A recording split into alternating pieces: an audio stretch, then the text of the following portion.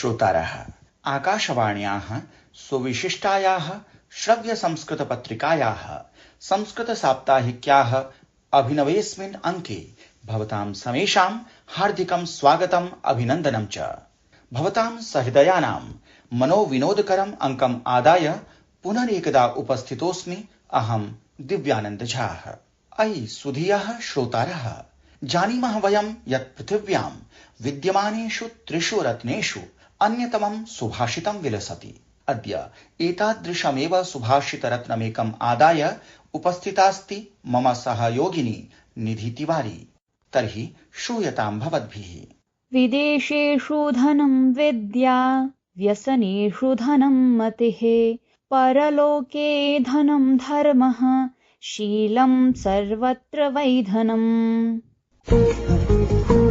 मित्राणि, सम्प्रति अग्रेसरामः प्रसङ्गप्रभागं प्रति। प्रभागेऽस्मिन् अद्य भावपूर्णं स्तवनं विदधाति अस्मदीयः सहयोगी नरेन्द्रदत्तसेमबालः। प्रातः स्मरामि रघुनाथमुखारविन्दम्, मन्दस्मितं मधुरभाषिविशालभालम्, कर्णावलम्बिचलकुण्डलशोभिगण्डम्, कर्णान्तदीर्घनयनम्, नयनाभिरामम्।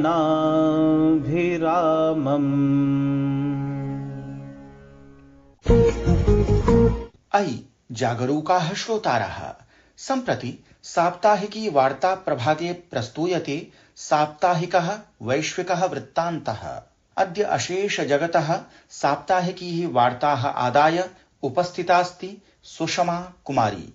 बिहार राज्ये नीतीश कुमारस्य नेतृत्वयुते प्रशासने भाजपा दलस्य 7 विधायकाः मन्त्रिमण्डले समाविष्टाः। विश्वस्य बृहत्तमः आध्यात्मिक समागमः महाकुम्भः महाशिवरात्रिपर्वणि सुसम्पन्नः। प्रशासनेन राष्ट्रिय खेल महासङ्घेषु वित्तीय सहायता प्रदानकरणस्य मानदण्डानां संशोधनकरणदिशि 6 सदस्यात्मिका समितिरेका संरचिता। ऑस्ट्रेलिया देशेन भारत देशेन साकं व्यापार विनिवेश सम्बन्धान् सुदृढीकर्तुं विस्तृत प्रारूपः सुसज्जीकृतः। सूडान देशे सैन्य विमान दुर्घटनाग्रस्तं सञ्जातम्। अत्र 46 जनाः मृत्युमुपगताः।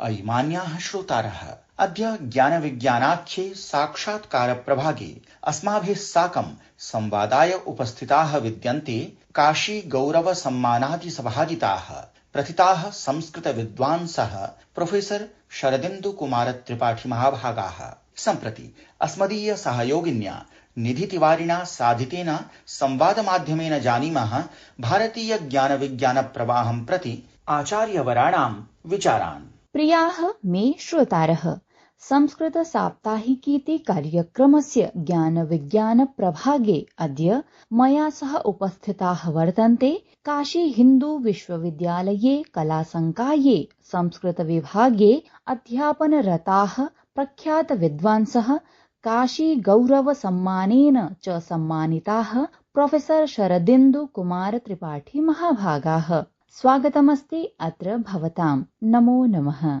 स्वागतं व्याहरामि अस्मिन् कार्यक्रमे सर्वेषां श्रोतृवर्याणां सम्पादकानाम् आयोजकानां यद् मया अयम् अवसरः प्राप्तः अद्य किञ्चित् भवद्भिः साकं संस्कृतविषयिणीं चर्चामत्र उपस्थापयितुम्। अस्तु महोदय, तावत् प्रथमः प्रश्नोऽयं विद्यते यत् संस्कृतस्य वर्धमानां स्थितिं भवान् कथम् अवलोकयति? यतोहि साम्प्रतिके समये नैके जनाः संस्कृतं प्रति स्वरुचिं प्रदर्शयन्ति इति कृपया प्रतिपादयन्तु। सम्यक् पृष्टं भवत्या। यः प्रश्नः भवत्या पृष्टः यत् अधुना संस्कृतं प्रति जनानाम् अभिरुचिः वर्धते, अत्यन्तमिदं सुखावहम्। यतोहि विचार्यतां भारतीयं समग्रमपि यत्किमपि प्राचीनं वर्तते, भारतस्य गौरवभूतं यत् किमपि अस्ति तत् सर्वमपि संस्कृते एव निहितं वर्तते। विचार्यतां राष्ट्रिय शिक्षा नीतौ एकं विशिष्टं तत्र पदं योजितं भारतीय ज्ञान परंपरा इति। इमं विषयम् आश्रित्य अधुना बहुत्र शोधकार्यं प्रचलति, बहूनि व्याख्यानानि भवन्ति, विश्वविद्यालयेषु अयम् एकः विभागः स्थाप्यते। अधुना तु यूजीसी द्वारा तदर्थं PDF अपि निःसरितमस्ति। एवं कृत्वा भारतीय ज्ञान परंपरायाः उपरि राष्ट्रिय शिक्षा नीतौ विशिष्टं बलं दत्तमस्ति। अनेन एव कारणेन बहूनां जनानां अधुना संस्कृतं प्रति रुचि वर्धते, यतः अस्माकं यत् गौरवभूतं साहित्यमस्ति न तत् सर्वं तु संस्कृते एव अस्ति। तेन जनाः वाञ्छन्ति यत् संस्कृतं पठित्वा अस्माभिः काचित् जीविका प्राप्येत। मुख्य रूपेण जनानां बालकानां अद्यतनी या पीढ़ी वर्तते तस्याः अयं स्वभावः, यतोहि शिक्षा अर्थकरी भवेत्। तर्हि अधुना संस्कृतस्य सर्वेषु विश्वविद्यालयेषु, सर्वेषु महाविश्वविद्यालयेषु, अत्र बहुविषु संस्थासु एवं च याः व्यक्तिगत रूपेण संस्थाः सन्ति तास्वपि संस्थासु संस्कृतम् आश्रित्य बहूनि कार्याणि भवन्ति, शोधकार्याणि भवन्ति। अधुना संस्कृत शिक्षणाय बहव्यः कक्षाः सञ्चाल्यन्ते। अतः जनानाम् इयं रुचिः स्वाभाविकी एव। अपि च राजाकालस्य कारणम् इति उक्तम्। अस्माकं माननीयेन प्रधानमन्त्रिणा स्वयम् उद्घोषितमस्ति, अपि च सर्वत्र चर्चा अपि भवति यत् संस्कृते एव अस्माकं सर्वं गौरवभूतं साहित्यं वर्तते। अस्माकं सर्वं मानवीय मूल्य सहितं साहित्यं संस्कृते एव वर्तते। अतः बहवः अभिभावकाः स्वीयान् पुत्रान्, स्वीयान् छात्रान् वाञ्छन्ति यत् अस्माकं पुत्रः, अस्माकं छात्रः भारतीय शिक्षां ज्ञात्वा, भारतीयां परम्परां ज्ञात्वा, भारतीयां संस्कृतिं ज्ञात्वा भारतस्य एकः सभ्यः नागरिकः भवेत्। तदर्थं संस्कृतम् अतिरिच्य कश्चन पन्था नास्ति।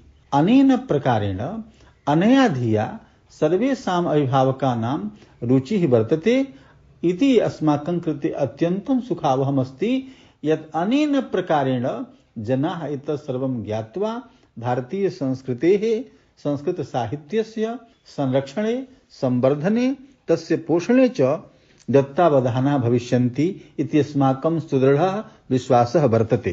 शोभनं प्रतिपादितं भवता।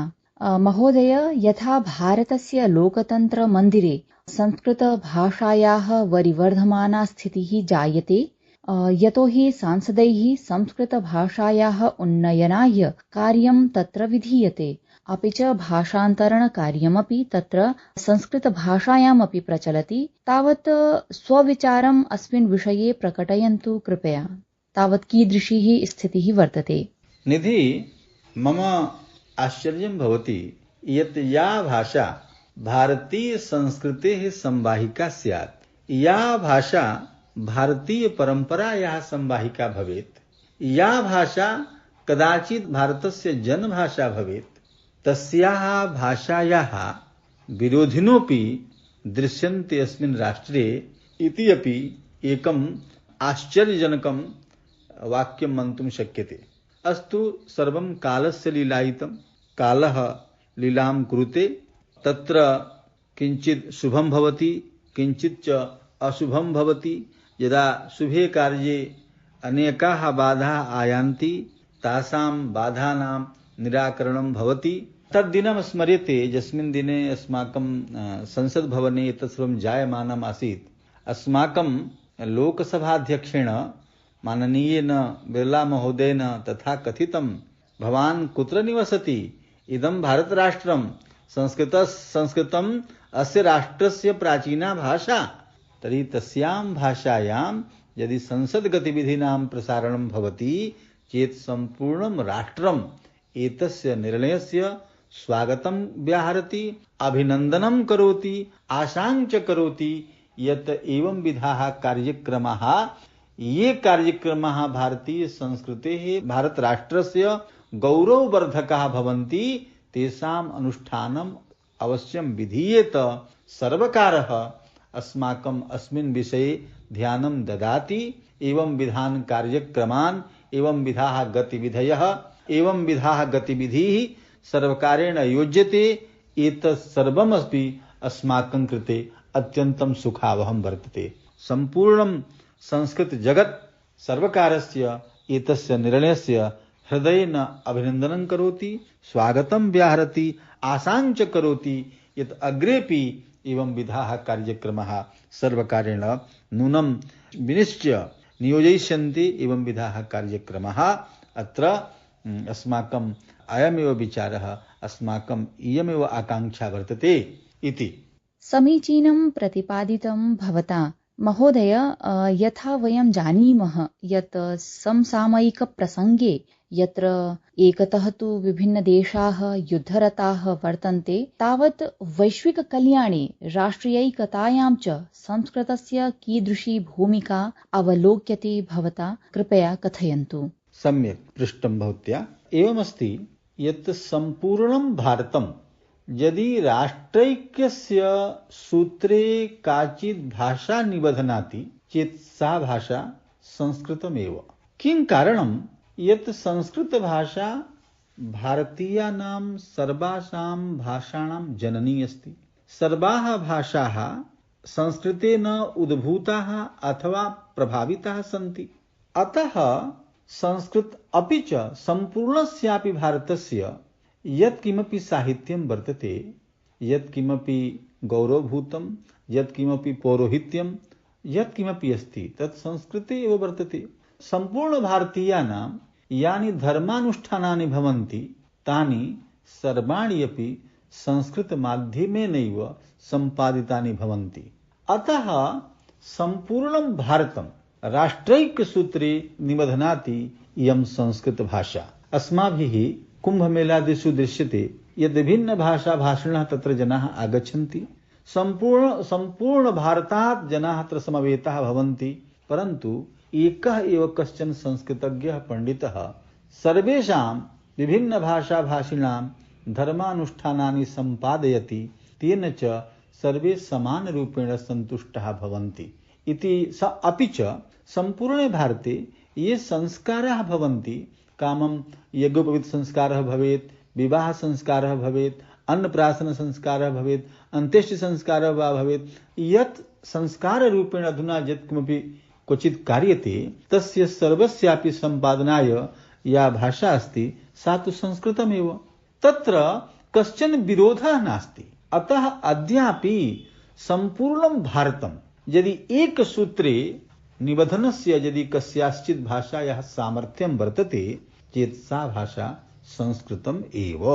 विचार्यताम्, एकः कश्चन पण्डितः एकत्र उपविश्य एकेन श्लोकेन एकस्मिन् कलशे भारतस्य सर्वाः नदीः आह्वयति। गंगे च यमुने चैव गोदावरी सरस्वती नर्मदे सिन्धु कावेरी जलेस्मिन् सन्निधिं कुरु सः वदति। सम्पूर्णं भारतम् आकारयति। अयं श्लोकः न केवलम् अत्र पठ्यते, दक्षिण भारतेपि अथवा अन्येषु अपि राज्येषु यः कश्चन पण्डितः भवति सः इममेव पद्यं पठति, इमं श्लोकं पठति, सः सम्पूर्ण भारतात् सर्वाः नदीः आकारयति। किम् इदं दृश्यं राष्ट्रिकतायाः नास्ति। अतः अपि च दक्षिण भारते कश्चन दार्शनिकः जन्म गृह्णाति, उत्तर भारते तस्य गृहे गृहे चर्चा भवति, तस्य प्रत्येकं विद्यालये तस्य ग्रन्थानाम् अध्ययनं भवति। अपि च कालिदासम् आश्रित्य सम्पूर्णे भारते चर्चा भवति, जनाः पठन्ति स्वापि अत्यन्तं निष्ठापूर्वकम्। एतदपि संस्कृतं सम्पूर्णं भारतम् एकतायाः सूत्रे निबध्नाति इति वक्तुं शक्यते। एवं विधानि अनेकानि सन्ति उदाहरणानि यानि विलोक्य अस्माभिः निस्सन्देहं वक्तुं शक्यते यत् राष्ट्रस्य एकता सम्पादनाय यदि काचित् भाषा वर्तते चेत् सा भाषा संस्कृतम् एव। अस्तु गुरुवर्याः, भवद्भिः प्रदत्तसमयाय अनुगृहीतास्मि। धन्यवादान् च व्याहरामि। नमो नमः। कार्तज्ञं विज्ञापयामि भवतः सर्वान् प्रति यत् भवन्तः माम् अत्र आकारितवन्तः। मया किञ्चित् अत्र उपस्थापितं, किञ्चित् वार्तालापः भवद्भिः सह कृतः। धन्यवादार्हाः सर्वान् पुनः नमामि प्रणमामि च। अयि संस्कृतप्रेमिणः आगच्छन्तु संस्कृत दिग्दर्शिनी प्रभागे, यत्र विश्वस्मिन् अपि विश्वे संस्कृत संवर्धनाय अनुष्ठितानां कार्यक्रमाणां विषये सविस्तरं संसूचयति अस्मदीयः सहयोगी पुरुषोत्तम शर्मा। श्री लाल बहादुर शास्त्री केन्द्रीय संस्कृत विश्वविद्यालयेन 7 दिवसीया राष्ट्रिया पाण्डुलिपि विज्ञान लिपि विज्ञान कार्यशाला समायोजिता। इयं कार्यशाला गुरुवासरे फेब्रुवरी 27 पूर्णतां गता। राजधान्यां नवदिल्ल्यां श्रीशंकर शिक्षायतन वैदिक शोध संस्थानेन शुक्रवासरे राष्ट्रिया संगोष्ठी आयोजिता। अस्यां संगोष्ठ्यां विद्वद्भिः कादम्बिनी मासिकाध्याय विमर्शो विहितः। महर्षि सांदीपनि राष्ट्रीय वेद विद्या प्रतिष्ठान द्वारा ज्ञान प्रवाहस्य श्री पट्टाभिराम शास्त्री वेद मीमांसानुसंधान केन्द्रस्य च संयुक्त तत्त्वावधाने त्रिदिवसीया राष्ट्रिया संगोष्ठी समायोजिता। अस्यां संगोष्ठ्यां वेदोपांग नव्यन्याय शास्त्रम् इति विषयम् आश्रित्य विद्वद्भिः सम्मर्शो विहितः। अयि सहृदयाः श्रोतारः, अद्य बालमनोवल्लरी प्रभागे शृणुमः रुचिकराम् एकां बालकथाम्। तां च प्रस्तौति निधिझाः। प्रियाः बालाः, अद्य अहम् एकां कथां श्रावयामि। कथायाः शीर्षकः अस्ति व्यर्थः मूर्खोपदेशः। कश्चन तमालवृक्षः आसीत्। तस्य वृक्षस्य शाखायाम् एकः नीडः आसीत्। तत्र कश्चन चटकः पत्न्या सह वसति स्म। कदाचित् वर्षाकालः आगतः। बहिः सर्वत्र शीतलं वातावरणमासीत्। नीडे तु औष्ण्यमासीत्। अतः चटकः निरातङ्कः आसीत्। तदा कश्चन वानरः तत्र आगतवान्। वृष्ट्या तस्य शरीरं क्लिन्नम् आसीत्। शैत्येन सह कम्पते स्म। सः वानरः दन्तवीणां वादयन् वृक्षम् आरुह्य उपविष्टवान्। तं दृष्ट्वा चटका उक्तवती, किं भोः, भवतः हस्तपादसहितं सुदृढं शरीरमस्ति, तथापि एकं गृहं निर्माय तत्र वासं कर्तुं भवान् किं न शक्नोति? किमर्थम् एवं शीतपीडाम् अनुभवति भवान्? तत् श्रुत्वा वानरः उक्तवान्, रे अधमे, किमर्थं मौनेन न तिष्ठति भवती? मम विषये भवती किमर्थं चिन्तयति इति। परन्तु चटका मौनेन न स्थितवती। पुनः तथैव उपदेशम् आरब्धवती। तदा वानरस्य महान् कोपः आगतः। सः तां शाखाम् आरुह्य चटकायाः नीडं शतधा खण्डशः कृतवान्। एवं मूर्खम् उद्दिश्य उपदेशेन चटकायाः नीडः एव नष्टः अभवत्। धन्यवादाः। मान्याः श्रोतारः, अग्रिमः प्रभागोऽस्ति एकं भारतं श्रेष्ठं भारतम् इति, यत्र मम सहयोगिनी मुदिता वेतालः प्रस्तौति राष्ट्रियैक्यद्योतकं त्रिभाषासङ्गमम्। प्रथमं वाक्यमस्ति, महाकवि कालिदासः न केवलं भारतस्य प्रत्युत विश्वस्य श्रेष्ठ कविः अस्ति। पहला वाक्य है, महाकवि कालिदास न केवल भारत के अपितु विश्व के श्रेष्ठ कवि हैं। मगही में महाकवि कालिदास न केवल भारत के अपितु विश्व के श्रेष्ठ कवि हल्थिन्। द्वितीयं वाक्यमस्ति, महाकवि कालिदासस्य प्रतिभा सर्वतोमुखी अस्ति। दूसरा वाक्य है, महाकवि कालिदास की प्रतिभा सर्वतोमुखी है। मगही में महाकवि कालिदास के प्रतिभा सर्वतोमुखी हलै। तृतीयं वाक्यमस्ति, संस्कृत साहित्ये अयं महाकविः अद्वितीय स्थानं धारयति। तीसरा वाक्य है, संस्कृत साहित्य में महाकवि कालिदास का अद्वितीय स्थान है। मगही में संस्कृत साहित्य में महाकवि कालिदास के अद्वितीय स्थान है। प्रियाः श्रोतारः, भवद्भिः सह संवादप्रवर्तनस्य प्रत्यावर्तनवेला सम्प्रति समापन्ना। संस्कृतसाप्ताहिकीति कार्यक्रमविषये भवन्तः स्वकीयान् उद्गारान् प्रकाशयितुम् अर्हन्ति। एतदर्थम् अस्माकम् ईमेल सङ्केतः अस्ति nsdsanskrit@gmail.com।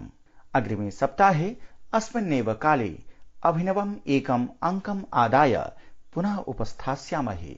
भवेत् तावत् मङ्गलम्।